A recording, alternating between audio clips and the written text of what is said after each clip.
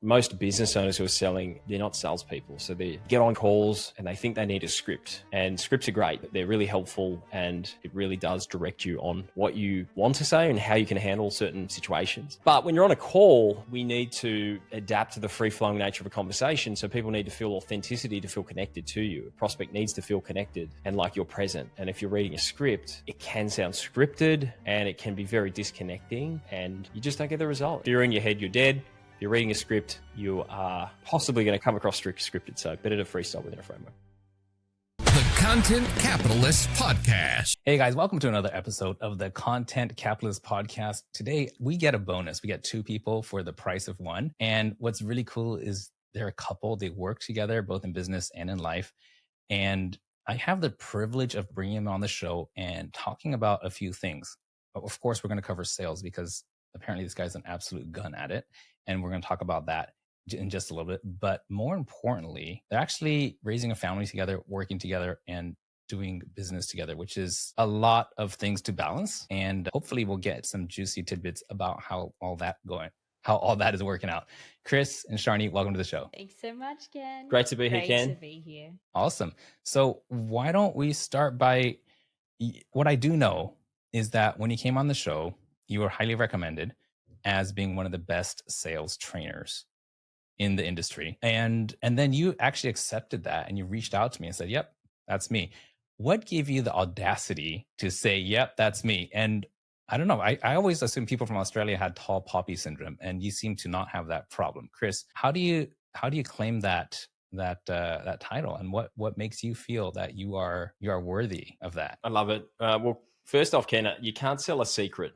And if no one knows, then no one's going to find out. And so I think in sales, in coaching, in the coaching space, if you can't promote, you're not going to get very far. And what makes me good, what makes me feel I'm good, I think just the results I'm getting, results I've gotten for students. I feel like sales was something I was really good at, but something I feel like I'm even better at coaching now after reps. And so for me, it's just reps in the saddle, working with coaches. I've been selling since I started in personal training as a fitness coach. And this is just the best apprenticeship for a salesperson because you're coaching people, you're having to sell them on why they shouldn't eat crap, why they need to exercise, why they need to get up in the morning early to come to your session. And you're selling every day and you're talking a lot and influencing people's behavior. Yeah, over that journey, I've trained and coached over more than 500 salespeople. And on top of that, probably another 200 fitness professionals that I hired over my journey in business over the years, and yeah, just become a competency. So don't have any shame in saying I'm not too bad. I love it. I was testing you to see if you're going to back down and say, oh, I just kind of, this is just something I say. You stuck with it. I really like that. And how much of that salesmanship technique and experience helped you in getting someone like Sharni in your life? Was that salesmanship, or was that go the other way around? Zero, because Kris's follow-up game was horrendous. But what you don't know, Ken, is that I have a background in sales as well. And so my follow-up game is on point. I think if it were up to Kris, we would have never met in person. Okay, so were you like, okay, Kris, I'll take you on as a project. We can fix you. Pretty much. Yeah, pretty much. I was like, I'm not getting much engagement here, and I love turning a prospect around. So let's just see. Well, it's a masterclass. It's actually a masterclass on DM setting. So in the coaching world, there's the sell by chat and the DM setter. And so Sharni was a master of DM setting. So she actually is, to be honest, like this is not a joke. When we launched our sales training company, a lot of our success in the initial phases with our pilot program was because of Sharni DM setting in my DMs and her DMs, like through our Facebook group. So she's a DM setter from way back, and she definitely DM set me through our Instagram journey together. There was a few fire emojis on stories, a few flame reacts, a few DMs here and there, a few little chats, and that turned into a relationship. And we now have a beautiful baby, and we live in beautiful Palm Beach on the Gold Coast together. That could be a new hook to get prospects in. Like, are you single and lonely? What you need is sales training so that you can close the love of your life. And the parallels between dating and sales, it's influence. It's the principles of influence. If you're desperate, needy, it's going to repel the prospect. It's going to repel your love partner or potential prospects. It's so similar. Love it. Now, I know we've got both of you on here. So what I want to do is just go one step before and not go all the way back, because we're going to stay here for a long time if we do that.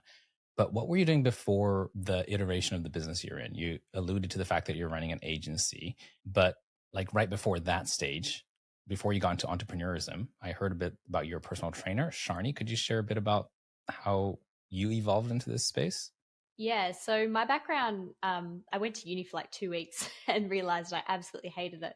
But I always loved human psychology, and I ended up working in real estate at a young age. And so I worked in real estate for about 4 or 5 years, real estate sales, which at the time I did pretty well at. But I was young, I was super young, working on high-end property, and also realized that I was studying organizational psychology at the time.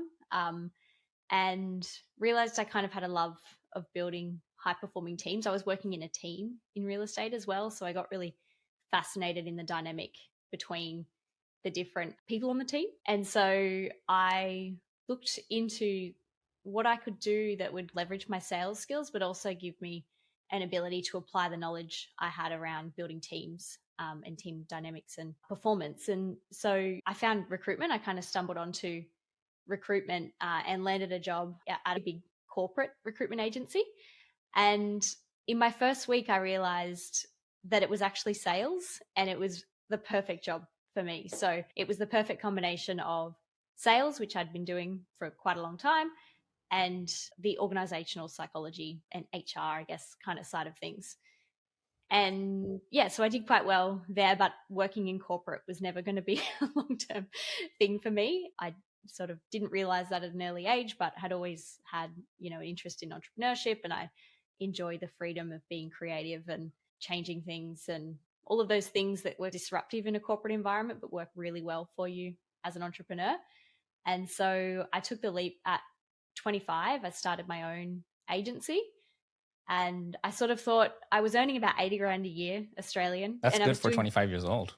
It's not bad. Yeah, it's not bad. I was doing big numbers. Tell you, the agency was earning a lot more than that from me. But they had a pretty good margin on my desk. And I thought, well, if I can just do a couple of placements a year, I can replace my income. So I'll just do that. And I get to have the freedom to be creative and, choose what I do. And yeah, I pretty quickly did that. Replaced that income, I think, within the second month.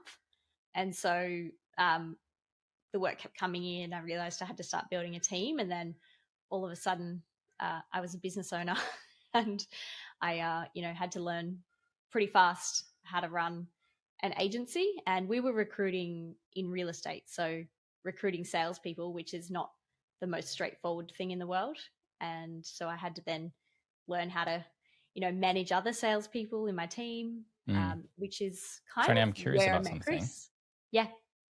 When you say you're recruiting salespeople, I don't know how it works in Australia, but in Japan, then like my son got headhunted actually from my company to join another company. And literally it was like, let's meet in this, clandestine restaurant where I can talk about stuff. And then you have like this kind of like creating an escape plan period. And then is that what you were doing, or was it something else?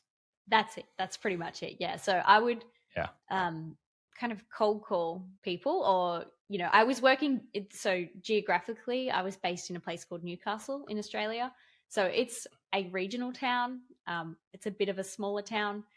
So I would I had relationships that I would leverage, but yeah, there was a lot of, I'm thinking about making a move, but I can't really let the competition who I would go to work for know that engineering all the different forces that are moving, right? It sounds like you could be, very used to living two lives, or helping people live two lives while they're trying to figure stuff out. Here's what I'm most curious about though. And I'd love for either one of you or both of you to give your thoughts on this. Like, you had to go and spot the superstar salespeople to recruit them. Otherwise, people aren't going to trust you if you keep bringing them bad, employees, right? And Kris, you're training people and you are a salesperson yourself. And how do you recognize this person's got it. Is it an innate skill? Is it a certain swagger? Is it a level of confidence? Or is it what some people say is just the ability to have pig-headed discipline and have a PhD to be able to do, thousands of reps to get that good? Like there's all these kind of conflicting and overlapping qualities. What's the number one thing that you look at? I'll give you the cheat sheet and the secret sauce, and it's similar to if you were looking and researching a restaurant to go to or something to buy on Amazon. You're going to check the reviews. And so for many years, I've personally hired hundreds and hundreds of salespeople, personal trainers, closers, appointment setters, and thought that I could read someone based upon what I could see. Thought that was, I was excellent at that because I had so many reps, but I've been proven wrong so many times now that I just know now that the human condition means that you can't judge the book by its cover. So reference checks is probably the number one thing. So doing really thorough reference checks. So on the outside, people have to present with confidence. Confidence is king in sales. So mostly they're buying you first. And as an employer or as a recruiter, you're going to buy them and they're going to present you with a level of confidence that's certainly going to help you understand, get a feel for whether or not they're the right person. Experience, track record is like hard numbers. So that's a lot of probably research you have to do then, isn't it? It's a lot, To go and verify all this stuff, do your due diligence. Totally. And do you only do this when you're recruiting for your own business, or is this like how, at what position of hiring do you put in that much effort to do all that due diligence? Kris and I met through a mutual client. So Kris was their outsourced sales manager / training the sales team. I was their outsourced HR manager / recruiting their sales team. And that's how our relationship started. Our business now is we have an agency where we recruit appointment setters and closers. And then we also have a training company where we train salespeople.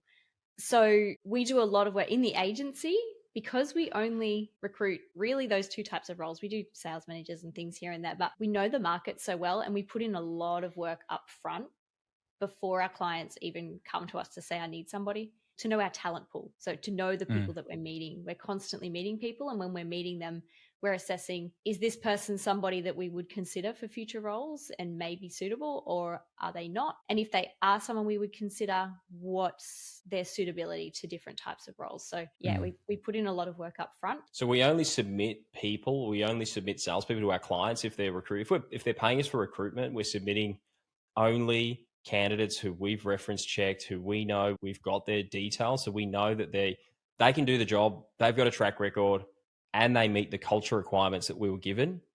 And so typically there's sort of 3, maybe 4 submissions that we'll make to a specific role. Our clients have very little work that they need to do to kind of verify everything, all of the details. But you're really looking for past track record. You want to hire, especially for sales closers, you want to hire on credential, not potential. Most business owners just don't have the capacity to train on the job. They just need salespeople who can hit the ground running. Good answer. Now, with your agency and your coaching program, is there a lot of overlap? Like, do people go through the coaching program and graduate and then get recruited through the agency, or do you kind of see them as 2 separate tracks? One is for business owners and the other is for like small business owners and big business owners. How does that kind of relate to each other? We definitely separate it. So when we started, that was something I was really big on, coming from a professional recruitment background, coming from a real estate background as well. I'm very clear on we are getting paid to deliver a service, and that service is to give the business owner the best person. And so when we started both, and when we started training people and recruiting, we were both very clear from the get-go that they are separate businesses. Of course, we take from the talent pool of our training company, but our job is to give a shortlist that has the best people in the market, not just find our training students placements. But what we've seen is that more and more now our clients ask us for our students because they know that, 1, they're trained well and they can plug and play essentially, but 2, they're actually really committed. They're the type of people who are going to invest time and finances into their own personal growth and development. And those types of people just generally, are more successful and perform better. So would you have anything to... Well, They also come with a I guess almost like an assessment sheet. So you graduate high school and you've got your marks, which the future employer will take into consideration, or your college take into consideration all of your categories of study and your areas of learning. And so it's the same with us. Like we certify our students and we train them really to a high standard as well. So they're very sharpened. And I'd say particularly for appointment setters, a lot of the appointment setters in the marketplace, they don't have a lot of experience with appointment setting if you're hiring for an appointment setter role, because there's not a lot of appointment setters that want to be career appointment setters and just hop from one appointment setting gig for the next this is true. decade. How do you get around that? Well, you're often transitioning an appointment setter from a retail salesperson, or they've been working in car sales and they're looking to get into a remote type of selling in the high ticket coaching industry or agency space. But these guys, they don't understand what a funnel is. They don't know what a landing page is. They don't understand how to use a go high level CRM. They don't know how to do a triage call. And so if you're, as a business owner, got the choice of hiring from Seek or from referral, someone who comes with sales experience but no appointment setting experience, and they don't know any of these competencies, and then you've got one of our students who's certified, and these guys had years of experience with with brands and stuff, but when I try to work with them, it's like water and oil. Like they are used to meeting people in retail or setting up like the ones that are really successful, they are used to having like a 6-month sales cycle for like some kind of shipping container deal or something. It's so different, and the culture in that industry is so different than ours. So you're spot on. But as long as they understand the psychological process, then I guess what you do is train them to adapt it to what happens online. How do leads move through different stages and things like that.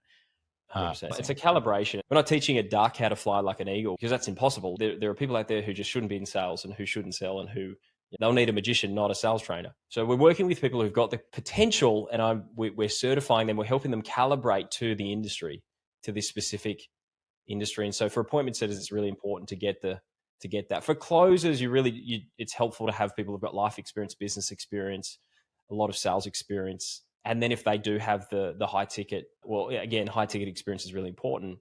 We do train closers and help them transition from another sort of form of selling to closing. But yeah, for both of those roles, it really helps to have what our training is. It's the calibration. You've got a plug and play, bachelor's included, person who can hit the ground running and use your systems and perform. Okay. And what kind of company or what stage would a business need to be in order for it to make sense to work with your agency? We normally would say 7 figures. If you're doing 7 figures, running paid advertising is probably the two, I guess, criteria that we found really works. Strong lead flow. Because if you bring on a full-time salesperson, then like I'm assuming that your agency is going to have, is it commission-based, base pay, a blend of both? Could you walk me through that? It depends on the role in the company. Appointments in Australia, it's very different to the States. Now, the coaching industry in America is so different to Australia and Japan, I'm sure. The labor laws here make it really difficult to just hire a contractor on a commission-only basis. And then you find that if you're paying a commission-only, let's say appointment setter, and they're earning max 2-3K a month, you're finding people who are broke, they're students, they are desperate for money, they're just not good. And so what we've found, like the ballpark for an appointment setter at the moment in Australia, normally it's a base salary, 60,000, and then your OTE is somewhere in the ballpark of 80 to 100, potentially more, depending on the offer. And then for a closer, it's much more common to have a closer who's a commission-only contractor, but often because they're earning good, they're able to earn better money. And so they're a bit more sticky. And a lot of good closers, they want to work on commission only because they can earn higher. But there's also companies that offer a base salary lower. They got capped commission, so it's a lower OTE, but their downside's capped. So yeah, there's many models. Now, with your agency, you just help to source them and then they go work for your clients. It's not like they're working for you through the agency. So we source that. We do permanent placement because we've been exposed to the whole done for you model. We decided really early on that is not that's not for us. It's not what we're about. It's a lot of hand holding and babysitting is what goes on when you adopt that model, which by the way, I'm in, and I've and it's at hard, least, man. It's yeah, hard.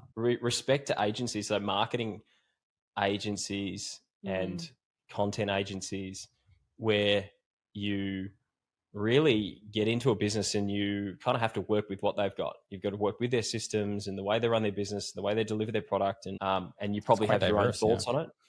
You have your thoughts on how it should be I'll done. share a bit of what's going on for me. And after this, I want to read out a few of your posts that you put out and get your expanded thoughts on that. But yeah, I got into the agency space as a result of having run a lot of large scale events here in Japan, anywhere from 2,000 to 8,000 people. And we'd run these like every month. Every other month was like a big one and a small one, big one, small one. And through that, I was able to hire world-class speakers, people like Robert Kiyosaki and Nick Vujicic and Tony Robbins. And what happened was I started building relationships with these guys because I'm promoting events. There's thousands of people showing up. We're doing, millions of dollars. And then I realized that I didn't enjoy running large scale events. It just was too much logistics, financial risk every single time. But what I did enjoy was the creative part, was creating ads that put butts in seats. And we were good at it, So what I did is I actually wound down the whole events company. Also, it wasn't a huge success. Like on the outside, it looks like it looks amazing, right? If you look at the actual numbers, like how much it costs to put these on, then you'll see that it's not all a bed of roses. But, we did okay. But I was able to take a lot of these speakers who have seen a track record of me filling rooms using video ads. And I said, would you like me to start helping you to fill up your rooms globally?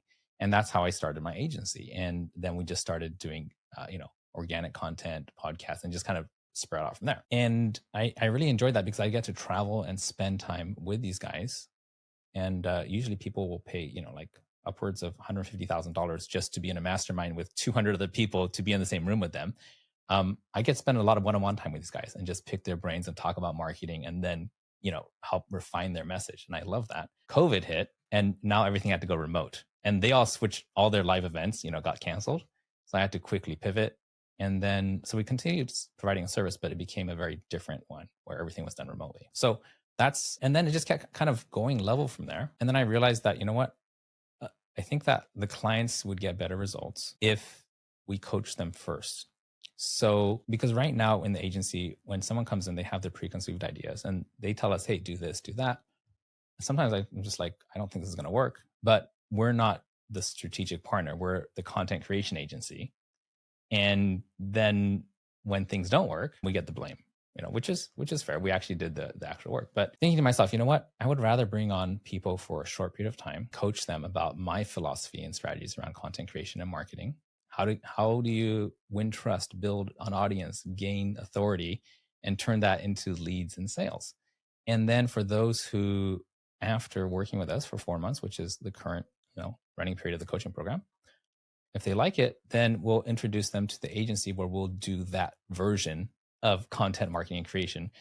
And that way I stay out of putting out fires and trying to manage people's expectations and methods, and more into just training and the way that we want to do it. So that's why we flipped that model. I simply wanted agency clients who got better results and who bought into what I feel is the best way of doing it.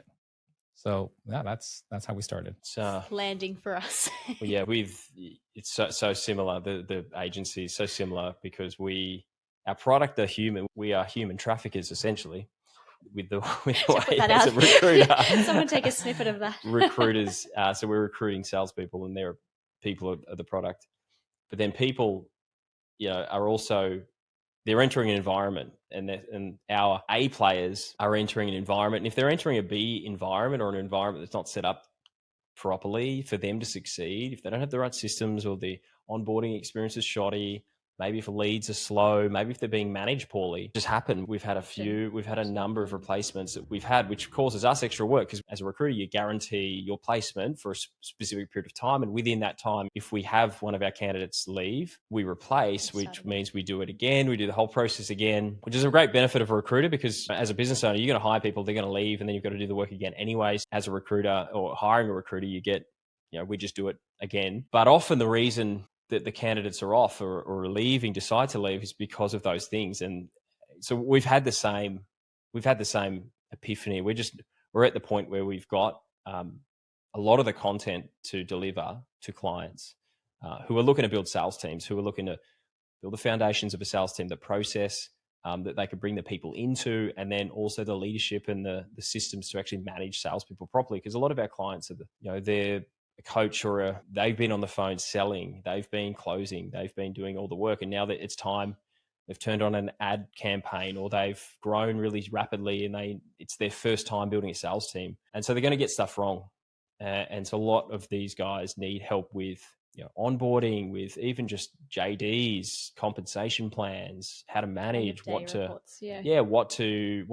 to collect. No idea, right? They just don't know how big that whole department needs or how well built out it needs to be. Because you throw a person at a problem, but if the process is lacking, you just get bigger problems, I think. And so is this what you do in your coaching program is help them build out their entire sales processes and systems so that you have interchangeable pieces or people that could go in those roles and then get all the training needed so that they could do your version for your company? Is that it? It's been more of a consulting package where I've done it for them, and I work with the business owner, and we work for a period of time, a few months, and I kind of take all the templates and I build all the systems, and we catch up for calls.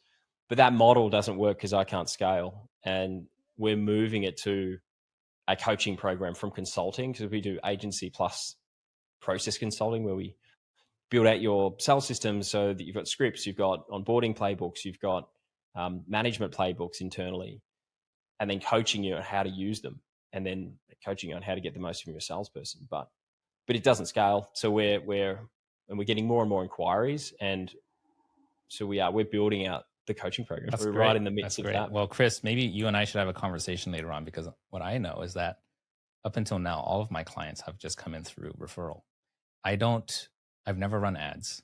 Well, sorry, scratch that. I have run ads, but not for, I've run short-term ads like to fill up a webinar once every now and then, but not any ongoing thing to fill up a salesperson's calendar.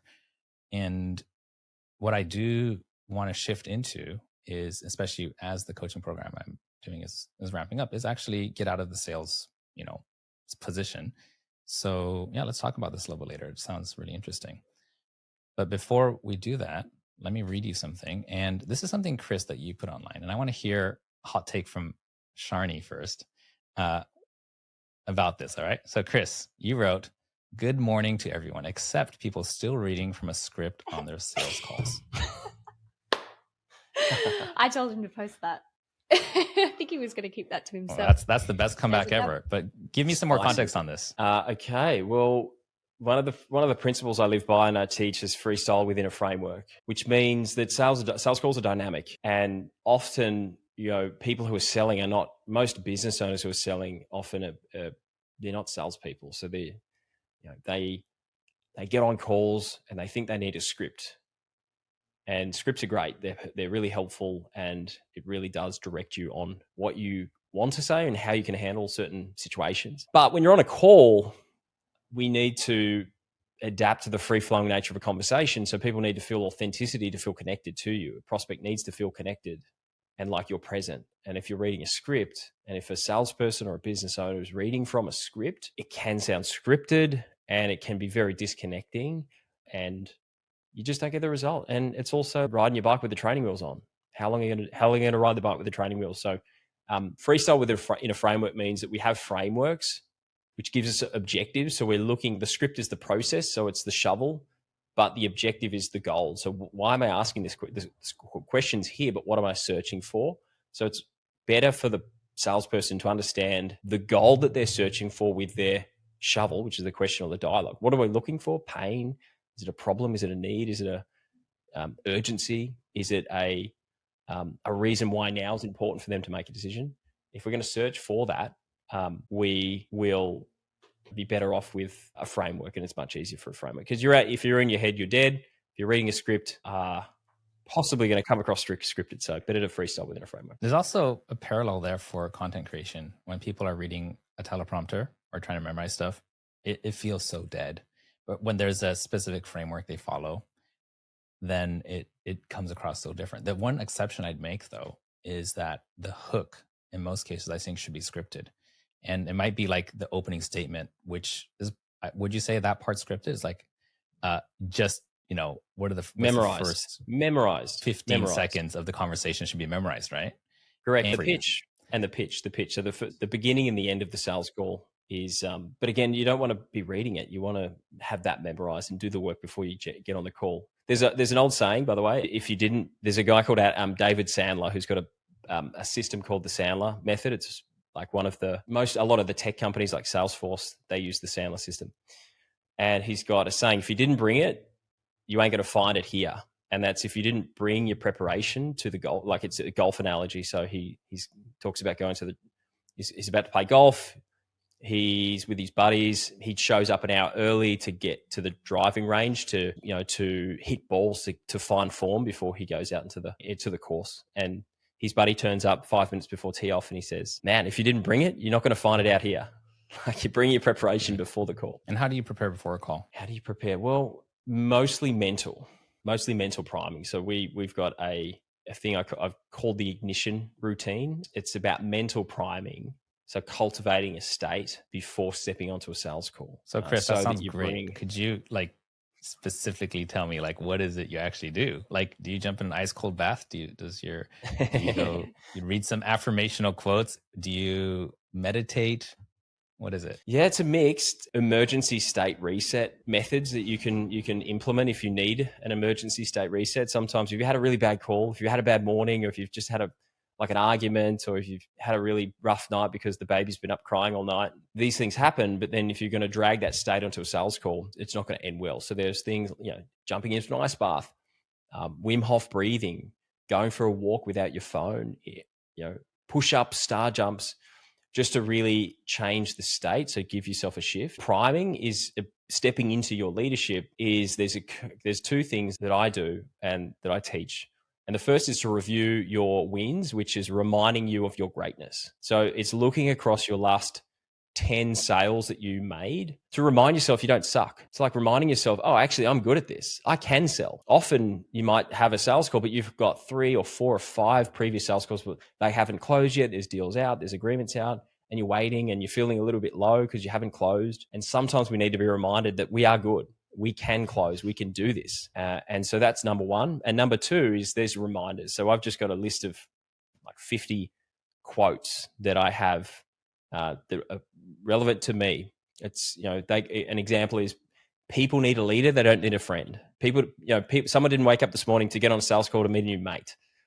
And that's for me, if I'm having an issue with being a bit too nice on calls or being a little bit too stuck in the friend zone, because a lot of people and salespeople, closers, can start to drift into friend zone, which is a bit too dangerous on a sales call. So there's just reminders, good quotes that kind of pull you out of, just remind you about where you need to be.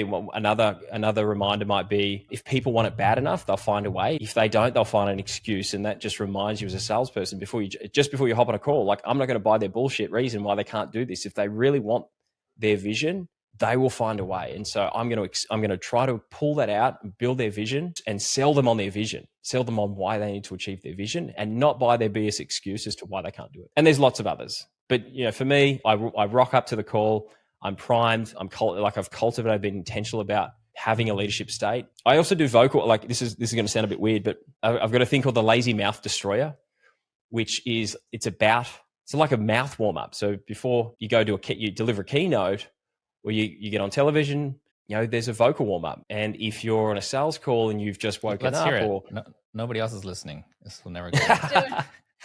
I teach this to my students. We do this on the role play session. So I've got role play sessions. We always start with a bit of a vocal warm up, and I'll give you the. It. She thinks she's like, what is Dad doing? This is so.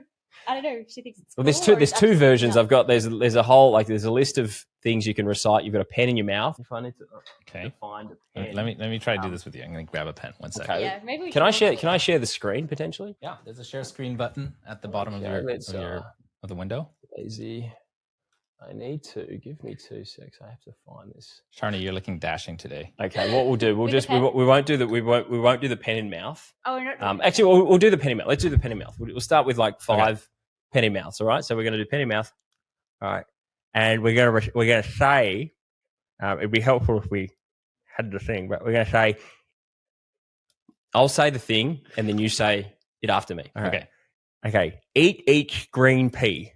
Eat each green pea. Eat each green pea. Aim straight at the gate.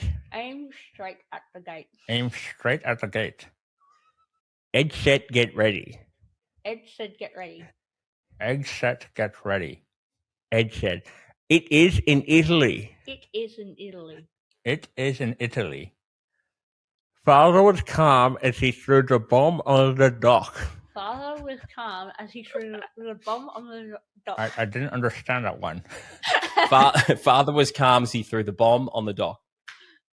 Father was calm as he threw the bomb on the dock. All right. So we had some. That's the first. You did that well. That was almost too good. And then there's just like warming up your face. So the first one is big face. So you've got, and then little. Okay. Scrunch it up. Big. Little. And then we go left. And then right. And then up. And then down. And then we yawn. We do that twice. And then there's a bunch of other things, but we finish it with a tongue twister. And it's Peter Piper picked a peck of pickled peppers, a peck of pickled peppers. Peter Piper picked. If Peter Piper picked a peck of pickled peppers, how many pecks of pickles would Peter Piper pick? You go, Ken. You got this. So I can't. Yeah, I Peter Piper picked a pepper something. Okay, that's right. I'll send it through. But kind of. So this also boosts confidence.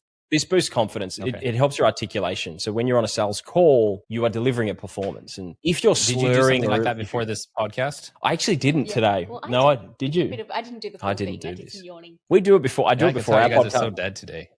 We've got a podcast. Unprepared. I got on the call. I'm like, man, I haven't done my vocals. No, but we do it. We do it before our podcast. It's something really that I could probably learn from. I got one more thing I want to read to you. All right, your words. You ready for this? Got it. And Sharni, I want to hear from you first because Kris has been hogging the mic like a pro. But this is I'm not sure. Maybe you wrote this or he did. I don't know. Sales is ruthless. Sales teams are not families. Families love and accept everyone for who they are. You can get away with a lot in a family because, hey, we're family. Sales teams are like sporting teams. Positions must be earned, perform, or you're out. Simple. I mean, I didn't write that. That's pretty brutal. I mean, How do you feel about that, like this, it feels good. It's one where I told Kris to post it as well because it's the truth. It's the truth. It's a horrible truth to admit, but, you know. Why would you say it's horrible? I think some people could read that and think that is. Some people might get offended. Might get offended or triggered. I think maybe get triggered. It's all right. You're gonna go. I posted this, and again, I just want to caveat: I don't always need her permission to post. Sometimes I do. Yes, thank you for the caveat. Because sometimes I do ask her. I run them by her and say, hey, "What are your thoughts?" Yeah. Fact check. Check them. I think this post. I wrote this post in response to there was a video that was circulating on Twitter, and it was this.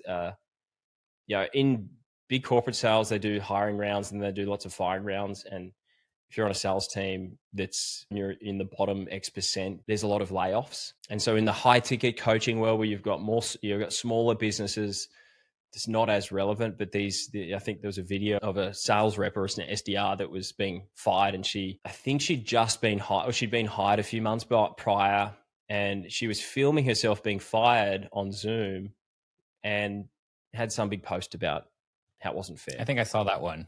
and people were going back and forth in the comments how it's fair or not fair or da da da da da. And she had all these excuses about how she had all these these conversations in development and they didn't come through yet. And is it that one? It's just sales is about results, which is the best part. The best part is that you can be measured. It's not a popularity contest. It's literally the results will speak, numbers talk. And if the numbers aren't there, you haven't earned your spot. And any manager who doesn't apply those rules is doing a disservice to the business. So, and the team. And the team. I think that's a good point as well, is that most high performing people want to be around other high performers, and the team notice the standard that you accept as a sales manager, as any manager. Really. And it's your job to protect the standards of the team. And when you accept low standards, you're telling the team that that's okay. And so, yeah, I think it's a good reminder that your job is to protect that standard. I like the sports analogy a lot. Like literally one bad player would be the difference between whether you make it to the championships or not. Just because. And the culture is so, does not keep them on the team. I think culture in a team, values that a team lives by and the standards that they live up to is so important when you start to build a larger team. And yeah, like Sharni mentioned, I've been on teams where I've been, and this is not me just being perfect. I've accepted mediocrity. I've accepted low standards. I've kept people on too long. I think a lot of business owners have gone through that, but it also impacts other people, and people recognize when you are allowing stuff to happen. So then the standards across the board. What do you think about extroverts versus introverts for a sales position? Most of our best performers scientifically, if you look at their profiles, and we've profiled them, and also self-declared introverts. Yeah, I think it's really the big part is, from what my understanding is and from my experience, is more about EQ. So you've got personality profile. I don't know if you can hear me properly, but you've got personality profile, and science kind of tells us that doesn't change too much over time. It can, for some people, they can have variance, but it's normally pretty set. And that's your traits. And introvert versus extrovert is a trait. So that doesn't change too much, but your EQ can grow time. And so EQ and self-awareness is part of EQ, I think is the more important thing to measure than hiring. And a lot of companies I know big recruitment companies who they had a certain DISC profile and they would only hire that profile, which works for certain roles. But in my experience, it's more about EQ and self-awareness, and understanding the introvert, understanding that where their strengths lie and how they can re-energize themselves throughout the day, because they're going to be giving a lot of energy, obviously spending time talking to people. There's many of our top salespeople have got the DISC profile of an accountant. Well, the top salespeople that I've worked and coached have got the DISC profile of an accountant, and they have developed EQ, they've developed skills. They just need to recharge. That high S and C, low D and I. Exactly.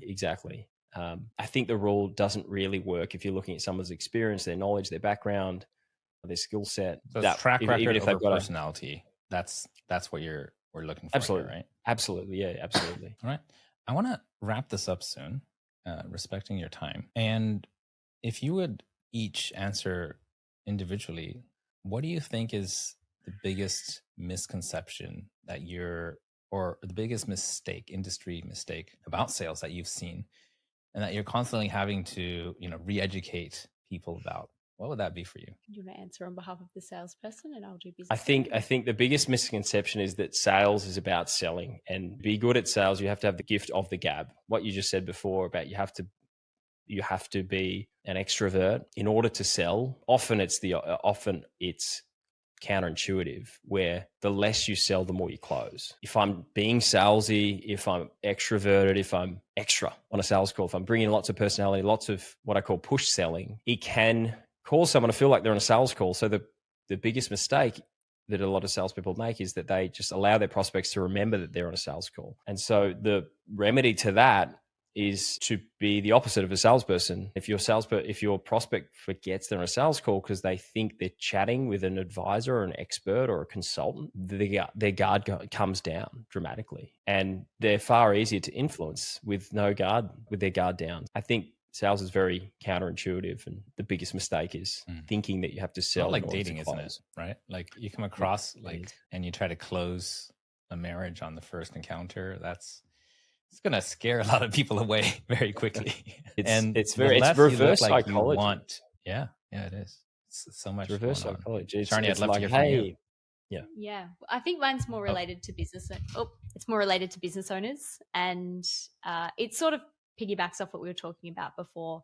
But I think it's thinking you have a people problem when you really have a process problem. And so trying to solve a process problem with a person, as Kris said, it often just creates a bigger problem or more problems for you. I think the biggest misconception or mistake, or the area where we find ourselves having lots of conversations, is that people come to us for recruitment and they think that they need, more people, they need a person to come in and increase their sales, when really what they really need is they need a really solid process that works, and you can replicate it and you can manage it and measure it. And so I think that's the biggest one. I think you can hire Lance Armstrong, but if you put him on a unicycle, then he's not going to win the Tour de France. That's a good one. That's very true. Very true. Even if he's on the juice. Even if he's on the juice, yeah. Even if he's on the juice. What the version of juice would be for a salesperson? Would that be like telling lies? Caffeine. Yeah, caffeine. Modafinil. Yeah, or Prime energy drink or something. Prime energy. Yeah, definitely not Monster energy drinks. Yeah. Or maybe it's weed, so you just chill out and, you become more relatable. You're deeply connected, or like microdosing. You're like connected with you. You're connected with the prospect. You're connected with nature around you. You're really purposeful. Like that could be. I haven't tried it. I might need to test that. Yeah, get a prescription on a call. I don't think under supervision in Australia. I don't think we need to test that. All right, like where would people go if they wanted to find out more about your coaching program or your agency? What's the best place for them to look for you? Well, our website for the recruiting agency and our business coaching, business coaching for sales teams is beyondcloses.com. For sales training or anyone who's looking to transition from selling stuff in person to selling stuff online and having a remote lifestyle, it's the remotesales.com. All right. So for all the listeners, we're going to drop those links down below. If you're watching on YouTube, then check out the links in the description. If you're on podcast version, go to the show notes. You'll find the links there. Kris and Sharni, I love closing these with one final thing from all my guests, and that is to ask the listener a question. Because the reason I do this is it's easy to spout out advice, and then the person who's listening can either accept it or reject it, and they're hearing advice all day, every day. But if they ask themselves a genuine question that will bring them to a realization about something they can actually do differently, that's usually much more effective. So if you could ask them a question that they can answer for themselves to help them make progress, what would that be? And you probably ask these questions all the time on your sales calls. So I think for me, and I'll use what I've been asking myself lately. I think that might just be the most relevant. What is the number one constraint that's stopping you from progressing to where you feel like you need to be right now? And if you just attacked that one constraint and let everything else go, could you be in the next 90 days? I love it. Powerful. Thank you for that. Sharni, you've had a minute to think. What question would you ask the listener? Let's bring the mic right close up. Right over and not take it back. So I think and we haven't really touched on this, but I've been thinking while we've been chatting today, what's the area that business owners really need to focus on when it comes to hiring salespeople? And the most impactful question I think that business owners can ask themselves when it comes to hiring anyone is, who is the most successful person I have ever hired, or the most successful hire I've ever made into my business? What values did they display that made them so successful? That is really good. I'm going to use that myself. Love it. Thanks so much for having us, man. Thanks so much, Ken. Hey, Ken, can we ask you a question before we hop off? Let's do it. You're the first one to do this. What is the question you think we should be asking ourselves given our business? and what you know about the business. What is the question you think we should be asking ourselves, given that you've also researched our social profiles? I think that, okay, give us a moment to think. It's how can I use as little words and time as possible to generate the most engagement from the right people? Wow. It comes back down to what I've been preaching forever. You don't need more content. You need more engagement. Oof. Would you rather have 1,000 Man, views that's so produced and powerful. get 1 like and 1 view, or get 1 video with 1,000 likes and views? The answer is obvious.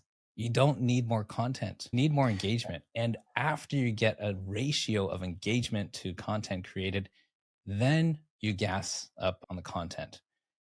People, they put out posts just like, it's barely getting any views. Could we start doing 3 posts a day? And I'm like, you know what? The problem with sushi when it's stale is that it doesn't get better by eating more of it.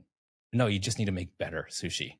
Stale sushi sucks. Don't eat more of it. This is so topical for us. We engaged an agency to help us, and we feel like we've got mass produced podcast snippets, and you're talking about the engagement. It just gets lower and lower. So you're putting more quantity, but the quality seems to dip, and the engagement. It's the same amount of views, just spread out thinner, you know? It's like when the dog shits in your kitchen and you bring a dry mop and try to, clean it up. It just like makes a big brown, smear, right? It's smear. That's what's happening. It's just thinning it out. And I've seen too many people make this mistake because they listen to the industry leaders who are doing, 20, 30 posts a day, but they didn't get there by doing that. They're doing that now because of the stage they're at. And people forget that, no. They started by putting out a video a week or maybe a video a day, but then engaging with every single comment and engaging with every single person, researching that person and DMing them and connecting with them.